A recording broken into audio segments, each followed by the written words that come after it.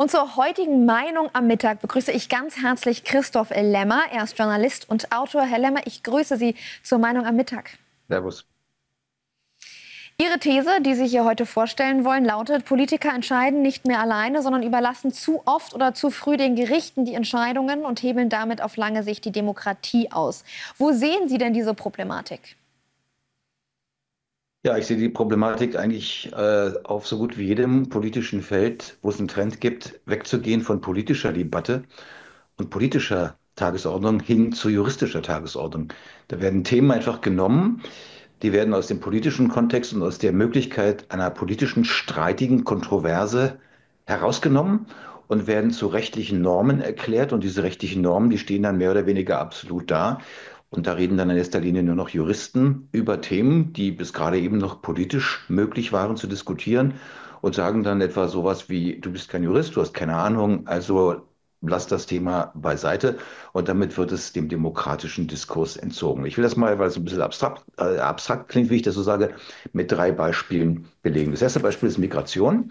Beim Thema Migration ist ein ganz häufiges Argument, vor allen Dingen von links, dass man sagt, es gibt alle möglichen rechtlichen Bestimmungen, es gibt das Europarecht, es gibt die Verfassung, es gibt das Asylgrundrecht und weitere rechtliche Bestimmungen, die es unmöglich machen, etwas an der bisherigen Asylpraxis zu ändern, jedenfalls im Grundsatz.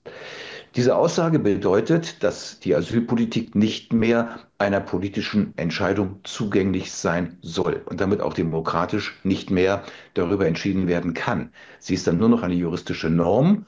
Und was diese juristische Norm besagt, das machen dann die Juristen unter sich aus.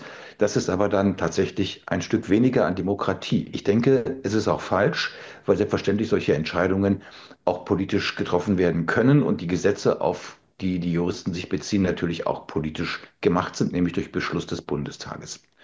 Das zweite Thema, das ich nennen möchte als Beispiel, ist dieses ganze Thema Hass, Hetze. Ich nenne es mal ein bisschen provokant Meinungskontrolle, die Meldestellen, all diese Dinge, die wir da haben.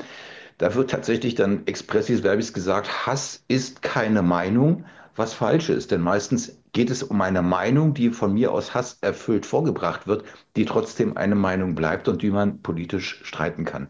Wenn hier eine Meinung zu einer juristischen Norm umgewidmet wird und man dann eben sagt, juristisch darf man dies und jenes nicht mehr sagen, weil es keine Meinung mehr sei, weil wir das juristisch so festgelegt haben, dann ist das auch ein Demokratieverlust und ein Debattenverlust.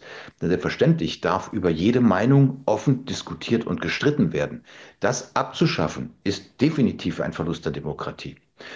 Dieser Trend, und jetzt kommt mein drittes Beispiel, ist auch keineswegs nur beschränkt auf Deutschland. Das scheint ein größerer Trend zu sein. Und als Beispiel nenne ich hier den Umgang mit Israel. Israel wird zunehmend immer unter völkerrechtlichen Aspekten gesehen. Es sind Völkerrechtler und eine bestimmte Völkerrechtler-Szene, die festlegen, dass das, was Israel in Gaza tut, angeblich ein Genozid sei, ein Völkermord, während das, was die Hamas in Israel getan hat am 7. Oktober, keiner weiteren Erwähnung bedarf.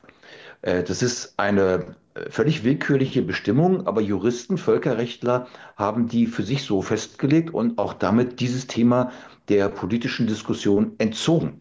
Tatsächlich zu diskutieren ist, warum tut die Hamas, was sie tut, und welches Recht hat Israel, sich dagegen zur Wehr zu setzen. Aber diese Debatte soll dann eben durch Juristerei und durch künstlich hergestellte juristische Normen, auf die man sich dann auch gar nicht mehr zurückziehen kann, wo man auch gar nicht weiß, wo die herkommen und wie die legitimiert sind, dadurch soll diese Diskussion abgeschafft werden. Und da haben wir diese Woche aktuell ja auch das Thema der Wiederberufung von Francesca Albanese, einer Völkerrechtlerin mit einer Vergangenheit bei den UN-Organisationen UNHCR und vor allen Dingen UNRWA, diese Organisation, die als Helfer der Hamas immer wieder unter Verdacht geraten ist, die seit Jahren diese Position vertritt und eben auch diesen juristischen Normenanspruch vertritt, damit eine politische Debatte zu Israel möglichst gar nicht mehr geführt werden kann.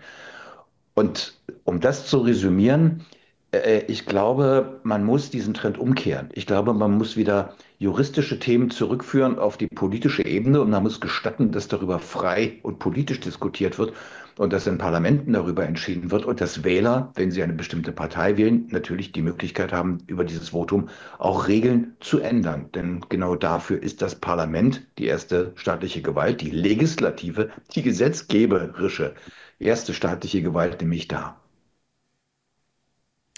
Christoph Lemmer, Journalist und Autor, ich bedanke mich sehr herzlich für Ihre These hier bei der Meinung am Mittag bei Welt. Dankeschön. Gern.